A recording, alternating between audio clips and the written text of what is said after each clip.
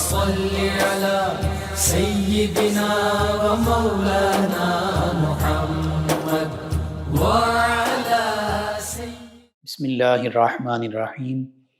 السلام علیکم ناظرین و سامعین کرام۔ پروگرام یاد الہی میں روزانہ عظیم ہستیوں کے تذکارے پاک کیے جاتے ہیں اور اس کے ساتھ ساتھ کچھ ایسے موضوعات پر گفتگو ہوتی ہے جن سے آپ کو رہنمائی حاصل ہوتی ہے۔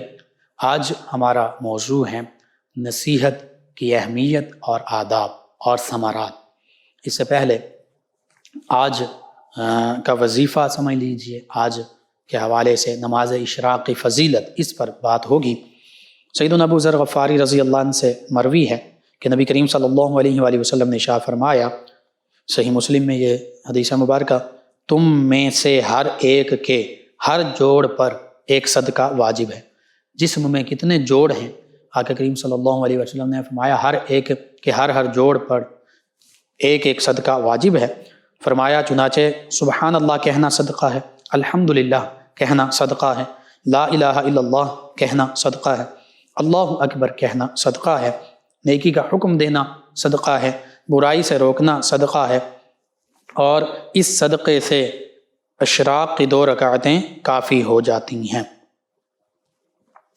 یعنی آقا کریم صلی اللہ علیہ وسلم نے سبحان اللہ، الحمدللہ، اللہ اکبر، لا الہ الا اللہ، پھر نیکی کی بات کرنا، برائی سے منع کرنا، نیکی کا حکم دینا، برائی سے روکنا، اور اشراق کی 2 رکعتیں پڑھنا، اس سبھی کو صدقے میں شمار فرمایا ہے۔ تو نماز اشراق جو ہے یہ بھی صدقے میں شامل ہے۔ دیگر جو اوراد اور وظائف آقا کریم صلی اللہ علیہ وسلم نے ارشاد فرما دی ہے، یہ بھی اپنے معمول کا حصہ بنائیے۔ اسی طرح اشراق کے حوالے سے نبی کریم صلی اللہ علیہ وسلم نے ارشاد فرمایا، اے ابن آدم، میرے لیے دن کے ابتدائی حصے میں 4 رکعات پڑھو۔ اللہ فرما رہا ہے کہ اے ابن آدم، اے آدم کی اولاد، میرے لیے یعنی اللہ کے لیے دن کے ابتدائی حصے میں 4 رکعات پڑھو، جب سورج طلوع ہوتا ہے اس کے 20 منٹ بعد، اور فرمایا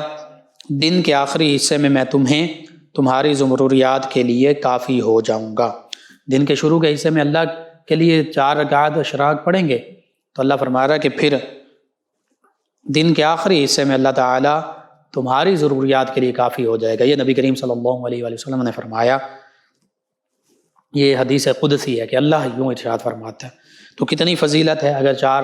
رکعات اشراق کے ہم نماز اشراق کے پڑھ لیتے ہیں تو اللہ تعالیٰ ہمیں کفایت فرمائے گا۔ اسی طرح سنن ترمذی میں ایک اور حدیث مبارکہ سیدنا انس بن مالک رضی اللہ عنہ سے مروی ہے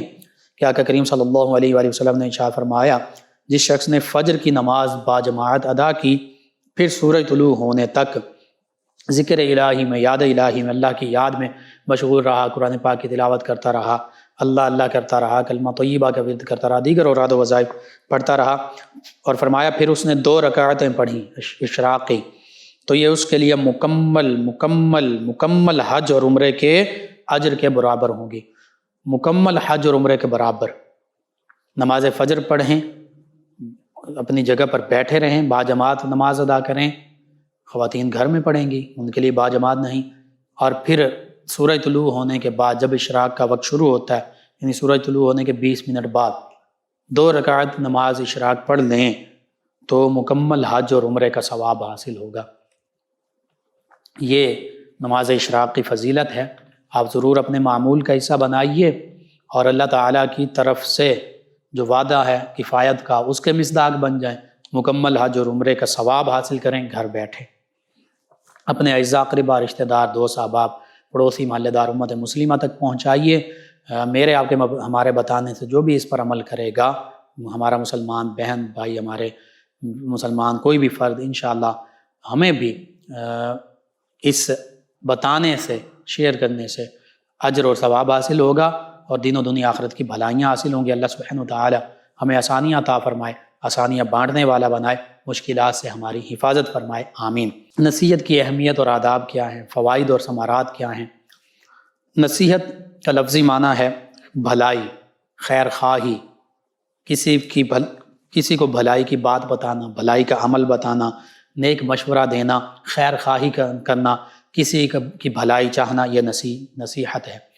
اور دین اسلام کے بارے میں اللہ کے پیارے حبیب صلی اللہ علیہ وآلہ وسلم نے فرمایا الدین النصیحہ، کہ دین تو ہے ہی خیر خواہی، دین اسلام سارے کا سارا بھلائی پر مشتمل ہے، اور دین اسلام کی تمام تعلیمات، تمام باتیں بھلائی ہی بھلائی ہیں۔ اور اگر یوں سمجھیں الدین النصیحہ، یعنی بھلائی کی تمام باتیں یہی اسلام ہے، اور اسلام میں ہی تمام بھلائی کی باتیں موجود ہیں۔ کوئی یہ کہے کہ فلاں باتیں فلاں کام وہ بھلائی ہے، نہیں، جو اسلام ہے وہی بھلائی ہے۔ بہرحال نصیحت کا لفظی معنی بھلائی کی بات بتانا، نیک مشورہ دینا، اور جس شخص کو نصیحت کی جا رہی ہو اس کی مکمل بھلائی اور خیر خواہی چاہنا، خیر خواہی کا ارادہ کرنا، اسی کو لفظ نصیحت سے تعبیر کیا جاتا ہے۔ قرآن و سنت میں کثیر تعداد میں ہر طبقہ انسانیت کے لیے، ہر قسم کے انسانوں کے لیے نصیحت کا تذکرہ، اس کے فوائد، اس کے نتائج کا ذکر موجود ہے۔ حتیٰ کہ سورہ اعراف کی آیات بینات 62 سے لے کر 79، 62 سے 79 تک یکے بعد دیگر ایک ایک کر کے 3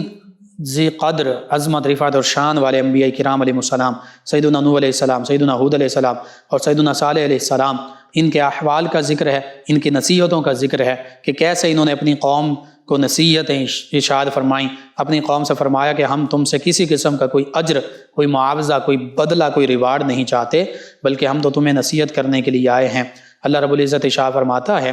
اسی طرح سورۃ النحل میں بھی کہ اللہ تعالیٰ تمہیں عدل، انصاف، احسان، نیکی، بھلائی اور قرابت داروں کو امداد دینے کا، ان کے ساتھ تعاون اور مدد کرنے کا حکم دیتا ہے، اور بے حیائی، برے کام اور سرکشی سے منع فرماتا ہے، اور وہ تمہیں اس لیے نصیحت کرتا ہے تاکہ تم اس نصیحت کو قبول کرو اور اس نصیحت کو یاد رکھو۔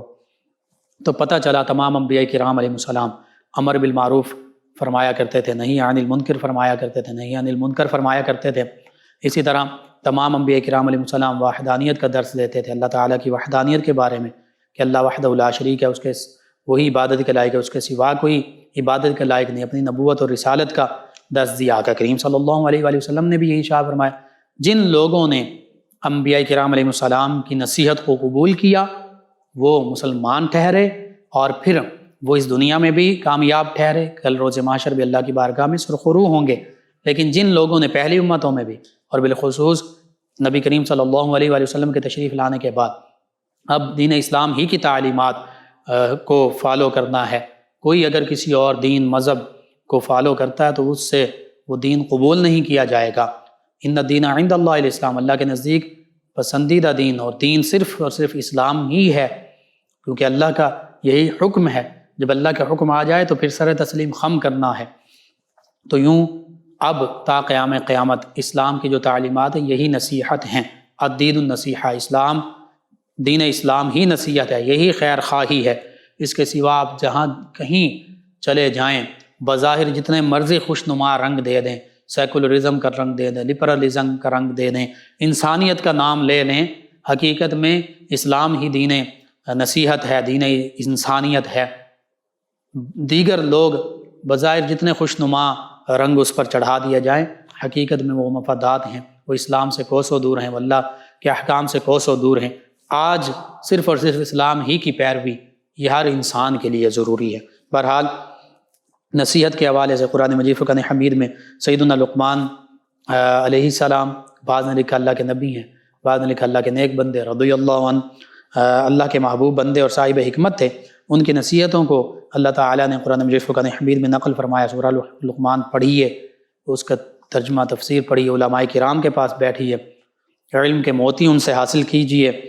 تو انہوں نے اپنے بیٹے کو جو وصیت کی، نصیحت کی، یہ ساری نصیحتیں سورہ لقمان میں موجود ہیں، اور ان کو پڑھنا چاہیے، اپنی اولاد کو بتانا چاہیے۔ نبی کریم صلی اللہ علیہ وآلہ وسلم نے مسلمان پر جو حقوق ہیں ان کا ذکر کیا، اور ارشاد فرمایا کہ جب تم سے تمہارا بھائی، مسلمان بھائی کوئی نصیحت طلب کرے تو اسے نصیحت کرو، یعنی بھلائی کی بات، بھلائی کا معاملہ طلب کرے تو اسے بھلائی، اچھا مشورہ دو، اسے اس کی خیر خواہی کرو، اسے بھلائی کی بات بتاؤ، اسے بھلائی کا عمل بتاؤ۔ اب نصیحت کے حوالے سے بڑی لمبی چوڑی گفتگو ہو سکتی ہے، لیکن بالخصوص یہ حدیث مبارکہ، یہ فرمان مبارکہ بہت اہم ہے نصیحت کے حوالے سے، جو فرمایا کہ کریم صلی اللہ علیہ وآلہ وسلم نے کہ 5 چیزوں سے پہلے 5 چیزوں کو غنیمت سمجھو، غنیمت جانو، ان کی قدر کو سمجھ لو۔ فرمایا کون سی 5 چیزیں؟ اپنی جوانی کو اپنے بڑھاپے سے پہلے۔ جوانی تمہارے لیے غنیمت ہے، جوانی میں طاقت ہے، جوانی کے دوران جسم میں طاقت ہے، تم اس طاقت کے بلبوتے پر اللہ کی بارگاہ میں عاجز انکساری کا اظہار کر سکتے ہو، زیادہ سے زیادہ نوافل پڑھ سکتے ہو، نماز کھڑے ہو کر صحیح طریقے سے عاجز انکساری کے ساتھ پڑھ سکتے ہو، روزہ رکھ سکتے ہو، حج ادا کر سکتے ہو، دیگر معاملات جو ہیں وہ کر سکتے ہو، اللہ کے راستے میں دوڑ دھوپ کر سکتے ہو۔ لیکن جب بڑھاپا آ جاتا ہے، بعض اوقات کھڑے ہو کر نماز پڑھنے کی طاقت نہیں رہتی، بیٹھ کر نماز پڑھنی پڑتی ہے، بیماری آ جاتی ہے، تو یہ معاملہ بڑھاپا جب آ جاتا ہے تو پھر اتنی طاقت نہیں رہتی، اس طرح عبادت نہیں کر سکتا جس طرح جوانی میں کر سکتا ہے۔ تو اس لیے جوانی کو بڑھاپے سے پہلے غنیمت جاننا چاہیے۔ در جوانی توبہ کردن شیوائے پیغمبری، گرگ پیری در جوانی توبہ کردن شیوائے پیغمبری۔ اور فرمایا کہ جوانی کے درمیان، نوجوانی کے دوران توبہ کرنا یہ تو شیوائے پیغمبری ہے، انبیاء کرام علیہ السلام کی سنت ہے۔ اور جب پیری کا وقت آ جاتا ہے، بزرگی کا وقت آ جاتا ہے، بڑھاپے کا وقت آ جاتا ہے، تو جو گرگ ظالم میں شود پرہیزگار، در پیری گرگ ظالم میں شود پرہیزگار، کچھ اس طرح شعر کا مفہوم یہ ہے کہ جو بھیڑیا، ظالم بھیڑیا جو ہوتا ہے، جب اس کی طاقت زائل ہو جاتی ہے تو اس وقت وہ بھی پرہیزگار بن جاتا ہے۔ اس سے کسی کو ہٹ کرنا مقصود نہیں ہے، مقصد یہ ہے کہ جوانی میں نوجوان اگر توبہ کر لیں تو یہ توبہ زیادہ بہتر اللہ کے ہاں مقبول ہے اور زیادہ ہمارے لیے بھلائی کا معاملہ ہے۔ اور اللہ تعالیٰ نے جو جتنی عمر زیادہ ہو جاتی ہے لوگوں کی، بزرگوں کے حوالے سے اس نے ظن رکھنا چاہیے۔ اللہ تعالیٰ تو بزرگوں کے سفید بالوں کا بھی حیا فرماتا ہے۔ بہرحال جوانی کو غنیمت جاننا چاہیے بڑھاپے سے پہلے۔ پھر فرمایا صحت کو غنیمت جاننا چاہیے اپنی بیماری سے پہلے۔ یہ بھی حقیقت ہے، صحت ہوتی ہے تو ہم اچھے طریقے سے نماز بھی ادا کر سکتے ہیں، دیگر عبادات، حقوق اللہ، حقوق العباد پورے کر سکتے ہیں۔ لیکن اگر بیماری آ جائے تو بیماری کی کنڈیشن کے حوالے سے بعض اوقات کھڑے ہو کر نماز ادا نہیں ہو سکتی، بعض اوقات بیٹھ کر بھی ادا نہیں ہو سکتی، حتیٰ کہ لیٹ کر بھی نہیں ہو سکتی، اشاروں سے نماز ادا کرنا پڑتی ہے۔ اور ایسی بھی بیماری ہوتی ہے قوما یا بے ہوشی کی حالت کہ پھر عبادت بھی ہم نہیں کر سکتے۔ تو اس لیے صحت ہے تو حقوق اللہ بھی پورے کیجیے، حقوق العباد بھی پورے کیجیے، اللہ کے راستے میں خرچ کیجیے، اللہ کے راستے میں دوڑ دھوپ کیجیے۔ اسی طرح تیسرا فرمایا اپنی مالداری کو تنگ دستی سے پہلے غنیمت سمجھیں۔ مال و دولت اللہ نے عطا فرمایا ہے، اللہ کے راستے میں اگر اللہ نے مال عطا فرمایا، جتنا بھی عطا فرمایا ہماری حیثیت سے بڑھ کر ہے، استحقاق سے بڑھ کر ہم کیا تھے، ہم کیا ہیں، ہماری جو استحقاق ہے، ہم جس چیز کے مستحق بھی نہیں ہیں اس سے بڑھ کر اللہ رب العزت ہمیں نعمتیں عطا فرما رہا ہے، مال و دولت عطا فرما رہا ہے۔ تو ہمیں چاہیے جو ہمارے پاس مال و دولت ہے، جو نعمتیں ہیں، اس سے دوسروں کو بھی اس کے ذریعے سے مدد کریں۔ اگر مال ہے، پیسہ ہے، جو ضرورت مند ہمارے رشتہ دار ہیں، اور خاص طور پر میں یہ کہنا چاہوں گا، ہمیں بھی ہمارے بھی لسنر بعض اوقات کہتے ہیں کہ وہ لوگ کوئی حادثہ ہوا، حادثے کا شکار ہو کر، پہلے کاروبار تھا اچھا بھلا لیکن بستر پر پڑ گئے، کوئی نابینا ہے، میاں بیوی نابینا ہیں، کوئی اور معذوری کا، مجبوری کا شکار ہیں، فاقوں کی نوبت آ گئی ہے، کوئی خاص کمانے والا نہیں ہے، یا کمانے والا ہے تو آج کے اس ماحول میں بلز اور کیسے مہنگائی کا معاملہ، تو سب سے پہلی ذمہ داری یہ ہے۔ میں سبھی ویورز اور لسنر سے بڑے ادب کے ساتھ یہ بات کر رہا ہوں، اگر میں، آپ، ہم سب ایک ایسی کمبائن ایفرٹ کریں، ہم سب سے پہلے اپنے رشتہ داروں کو ڈھونڈیں،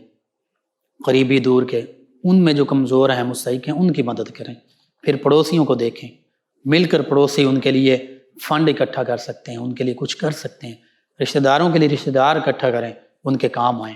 ہو سکتا ہے کہ جیسی آج ان کی کنڈیشن ہے کل ہم پر آ جائے، وَتِلْكَ الْأَيَّامُ نُدَاوِلُهَا بَيْنَ النَّاسِ، اللہ رب العزت فرماتا ہے کہ یہ دن ہیں جن کو ہم لوگوں کے درمیان بدلتے رہتے ہیں۔ اگر ان پر آزمائش کا یہ وقت ہے تو کل یہ آزمائش کا اللہ نہ کرے ہم پر بھی وقت آ سکتا ہے۔ اللہ سبحانہ وتعالی ہمیں آزمائش سے دور رکھے۔ ہم بے بس ہیں تو اس بے بسی، بے کسی کو اس حوالے سے کہ یہ آزمائش ہم پر بھی آ سکتے لیکن اللہ تعالیٰ نے اتنا نوازا ہے، اپنے رشتہ داروں کا خیال کیجیے، آپ کے ارد گرد، آپ کے رشتہ داروں میں، آپ کے محلے میں، جہاں بھی آپ رہتے ہیں، اپنے رشتہ داروں اور محلے داروں کو تلاش کیجیے، ان کی خدمت کیجیے، جو بے روزگار ہیں، جو معذور ہیں، جو مجبور ہیں، جو یتیم ہیں، جو بیوائیں ہیں، جن کا کمانے والا کوئی نہیں یا کماتے تو ہیں لیکن پورا نہیں پڑتا، ان کی مدد کیجیے۔ یہ ہے مالداری کو تنگ دستی سے پہلے غنیمت جانو۔ اگر آج پیسہ ہے، غنیمت نہیں جان رہے، قدر نہیں کر رہے، اپنے مستحق رشتہ داروں اور پڑوسیوں پر، محلے داروں پر خرچ نہیں کر رہے، اللہ نہ کرے یہ وقت کل ہم پر بھی آ سکتا ہے۔ تو اس بات کو سیریس لیجئے، آج سے ہی اس پر عمل کیجئے۔ اگر ہم سب اس کے مطابق عمل کرنا شروع کر دیں، ہمارے رشتہ داروں میں کوئی بھوکا نہ سوئے، ہمارے پڑوسیوں محلے داروں میں کوئی بھوکا نہ سوئے، ان کے حقوق ہم پورے کرنا شروع کر دیں، آج سے ہی یہ کیجئے، انشاءاللہ اللہ تعالیٰ پھر دیکھیے آپ کو اس کا اجر کیسے عطا فرماتا ہے، اس دنیا میں بھی آخرت میں۔ پھر اپنی فراغت کو اپنی مشغولیت سے پہلے غنیمت جانو۔ فارغ وقت ہے، لا یعنی کاموں میں نہ گزاریں، اللہ کی عبادت میں، ذکر اذکار میں، نوافل میں، کلام پاک کی تلاوت میں، تسبیحات میں، درود پاک کی کثرت میں، استغفار میں گزاریں، لوگوں کی خدمت کریں، لوگوں کو ڈھونڈیں، اس وقت میں اپنے رشتہ داروں کے پاس جائیں، ان کے حالات پوچھیں، ان کے ساتھ تعاون کریں، راشن کی ضرورت ہے راشن دیں، پیسوں کی ضرورت ہے پیسے دیں، ان کو لباس کی ضرورت ہے، بل ادا نہیں کر پا رہے، بل ان کا ادا کر دیجئے۔ اپنے پڑوسیوں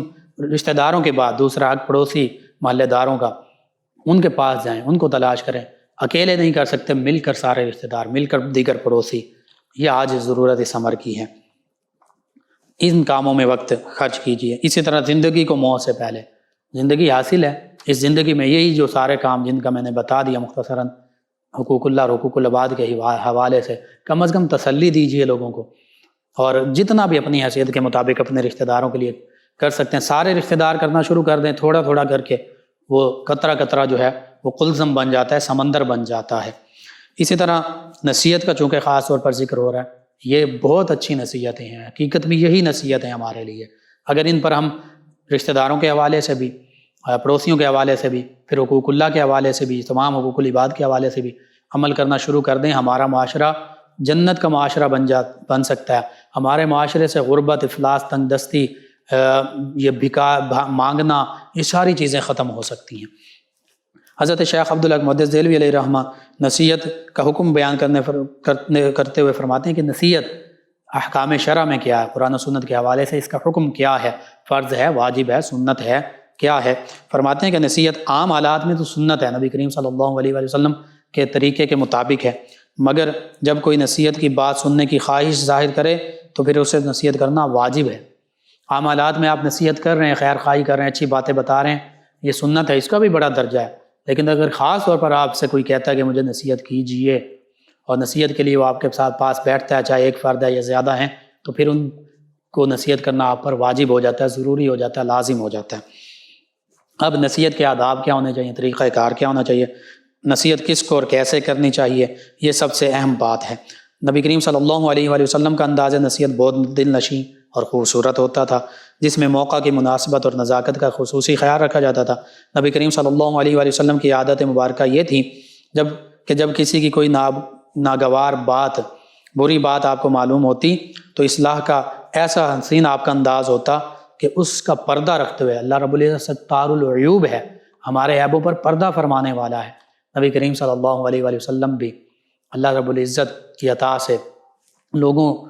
کے پردے رکھا کرتے تھے۔ اور یہ حدیث مبارکہ من ستر مسلما سترہ اللہ یوم القیامہ، جو آج اس دنیا میں اپنے مسلمان بھائی کا پردہ رکھے گا، عیب پوشی کرے گا، پردہ پوشی کرے گا، نہ کہ عیب لوگوں کے سامنے اچھالتا رہے، فلاں یوں فلاں یوں فلاں یوں، اور پردہ پوشی کرے گا، اس کے برعکس عیبوں کو چھپائے گا، اس کی برائیوں کو، گناہوں کو، بالخصوص جو اس کے انفرادی گناہ ہیں جس سے کسی دوسرے کو کوئی خاص نقصان نہیں ہے، تو پھر کسی دوسرے پر ظلم نہیں کر رہا وہ، تو پھر اللہ تعالیٰ روز محشر اس بندہ مومن کے عیب چھپائے گا، ان پر پردہ پوشی فرما دے گا، لوگوں کے سامنے ظاہر نہیں فرمائے گا۔ تو نبی کریم صلی اللہ علیہ وآلہ وسلم کا کیسا حسین انداز، کس طرح نصیحت فرماتے، پردہ پوشی رکھتے ہوئے ارشاد فرماتے نام نہیں لیتے، فرماتے لوگوں کو کیا ہو گیا جو ایسے ایسے کہتے ہیں، یعنی جرنلی بات کر دیا کرتے، خطبے میں اشارہ فرما دیا کرتے کہ لوگوں کو کیا ہو گیا، لوگ ایسے ایسے کر رہے ہوتے ہیں، ایسے ایسے کرتے ہیں، تو وہ سبھی کے لیے نصیحت ہو جاتی تھی۔ اسی طرح سیدنا عبداللہ ابن عباس رضی اللہ عنہما فرماتے ہیں کہ لوگوں کو، اور آقا کریم صلی اللہ علیہ وآلہ وسلم کا معمول مبارکہ بھی یہی تھا کہ ہفتے میں 2 دن 3 دن کچھ خاص مواقع پر آپ نصیحت، خاص طور پر نصیحت فرمایا کرتے تھے، خاص بیان لوگوں کو اکٹھا کر کے فرمایا کرتے تھے، خطبہ ارشاد فرمایا کرتے تھے۔ سیدنا عبداللہ ابن عباس رضی اللہ عنہ بھی یہ فرماتے ہیں کہ لوگوں کو ہر جمعے کے دن ضرور ایک دفعہ حدیث مبارکہ بیان کیا کرو، یعنی اسلام کی تعلیمات بیان کیا کرو، ہفتے میں 1 دن، اور اگر 1 دن نہیں تو 2 دفعہ ضرور بیان کیا کرو، اور بہت زیادہ کرنا چاہتے ہو تو 3 دفعہ بیان کیا کرو، اور لوگوں کو قرآن سے اکتاہٹ میں مطالعہ نہ کرو کہ وہ تجھے اس حال، فرماتا ہے کہ میں تجھے اس حال میں نہ پاؤں کہ تم کسی قوم کے پاس جاؤ اور وہ اپنی باتوں میں لگے ہوئے ہوں، پھر تم انہیں واعظ سنانا شروع کر دو، قرآن و حدیث سنانا شروع کر دو۔ یعنی لوگ جو قرآن و حدیث سننا نہیں چاہتے اور وہ اپنے کام میں مشغول ہیں، تو اس موقع پر انہیں قرآن و حدیث مت سناؤ۔ یہ تو قرآن مجید، فرقان حمید اور آیات بینات اور حدیث مبارکہ کی بے قدری ہوگی، تم انہیں سناؤ جو سننا چاہتے ہیں۔ اور اسی طرح فرمایا اگر وہ نہیں سننا چاہتے تو پھر تم چھوڑ دو تاکہ وہ اکتا نہ جائیں، تو پھر تم خاموش رہو۔ ہاں اگر وہ تمہیں کہیں تو پھر اس حال میں ضرور انہیں قرآن و سنت کی تعلیمات ان تک پہنچاؤ کہ وہ اس کا شوق رکھتے ہیں۔ اسی طرح نبی کریم صلی اللہ علیہ وآلہ وسلم، آپ بھی یہی آپ کا معمول تھا، صحابہ کرام علیہم رضوان کا بھی یہی معمول تھا۔ نبی کریم صلی اللہ علیہ وآلہ وسلم نے یہ بھی ارشاد فرمایا کہ جو اپنے مسلمان بھائی کو اس گناہ سے جس سے وہ توبہ کر چکا ہے اس کے ذریعے سے آر دلائے گا، تو آر دلانے والا اس وقت تک نہیں مرے گا جب تک وہ خود گناہ نہ کر لے۔ یہ ہمارا ایک معاشرے کا بہت بڑا المیہ ہے۔ ہم اپنے دوست، اپنے بھائی، مختلف پڑوسی، محلے دار، رشتہ داروں کو ان کی کوئی ہمیں بات پتہ چلتی ہے، عیب پتہ چلتا ہے، تو دھڑلے سے ان کو آر دلا رہے ہوتے ہیں، اور بعض اوقات ایسا ہوتا ہے کہ اس نے اس عیب سے، اس برائی سے، اس گناہ سے پکی سچی توبہ کر لی ہوتی ہے، وہ اس کو چھوڑ چکا ہوتا ہے۔ جب وہ کر رہا ہے محبت کے ساتھ آپ اس کو علیحدگی میں سمجھا سکتے ہیں، لیکن بعض کا تو یوں اس کو ندامت اور پریشانی اور آر دلائی جا رہی ہو کہ تم یہ کرتے ہو، تم ایسے کرتے ہو،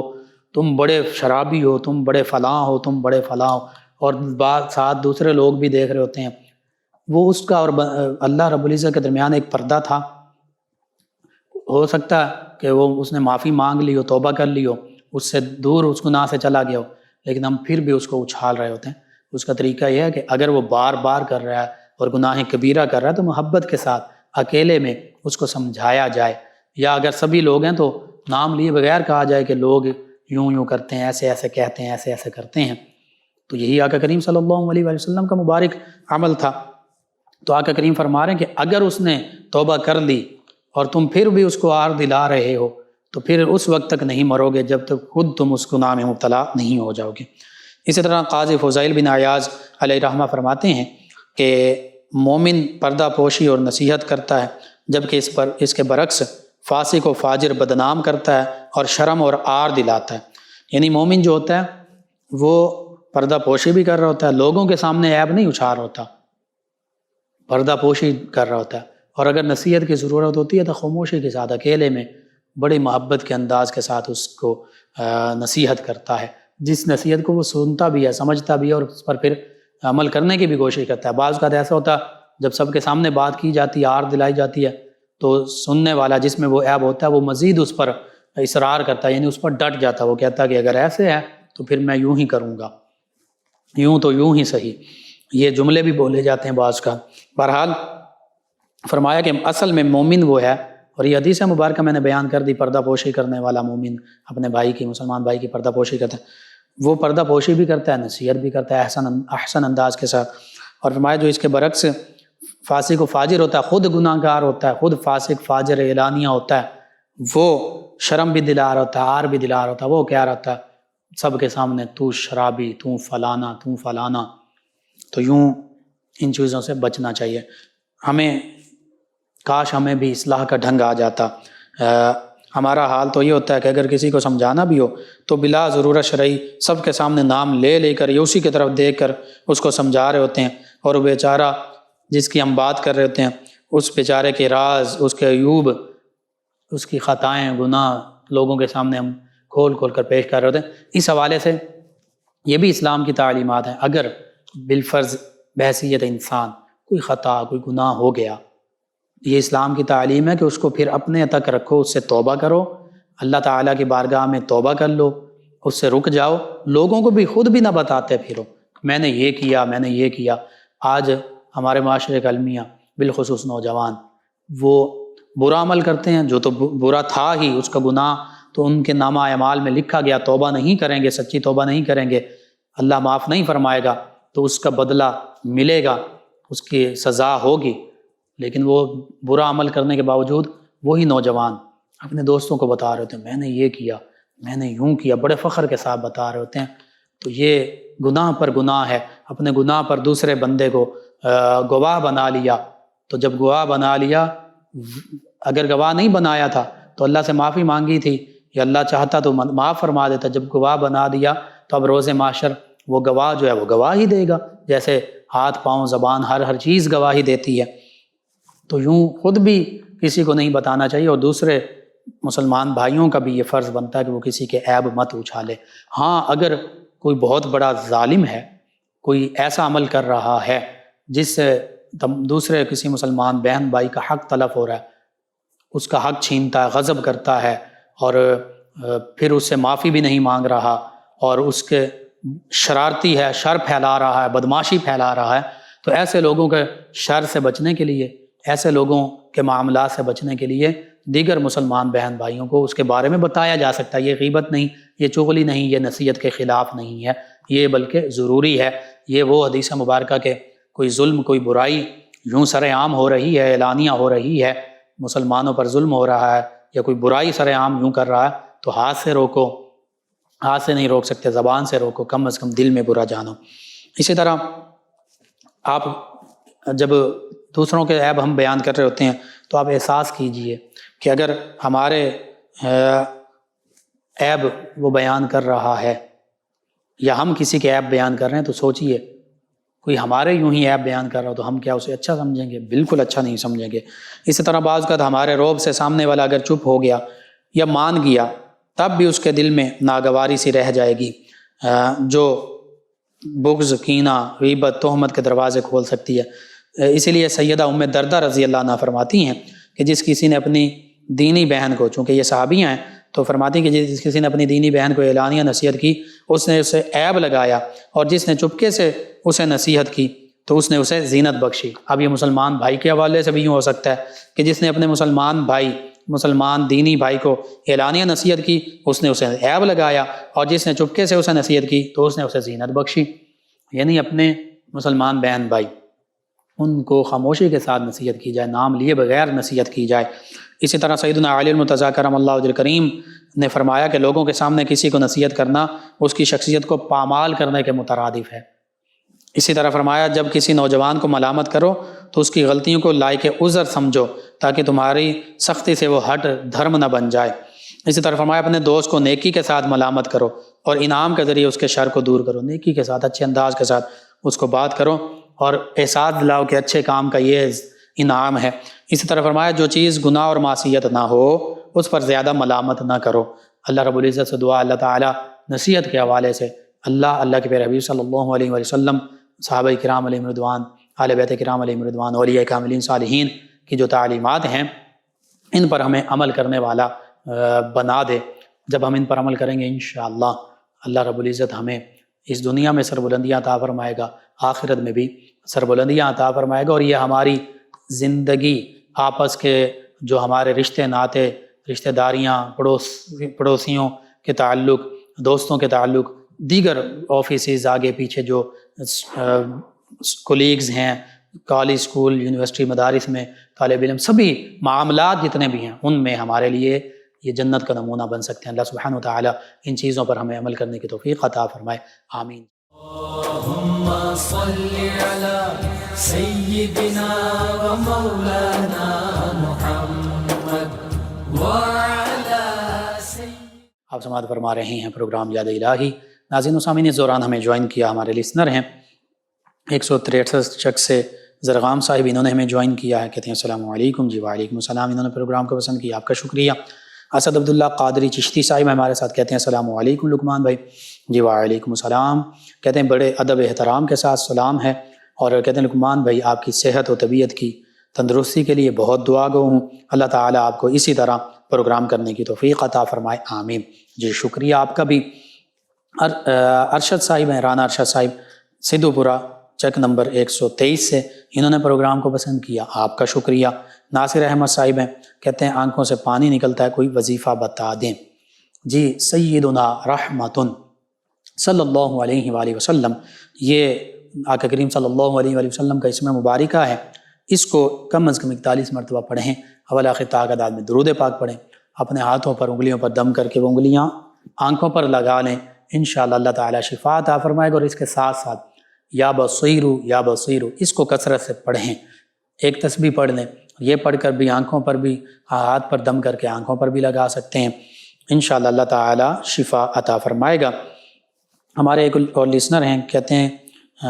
السلام علیکم لقمان رضا صاحب۔ جی وعلیکم السلام، کہتے ہیں آپ دین کی خدمت کر رہے ہیں، اللہ پاک آپ کو جزائے خیر عطا فرمائے۔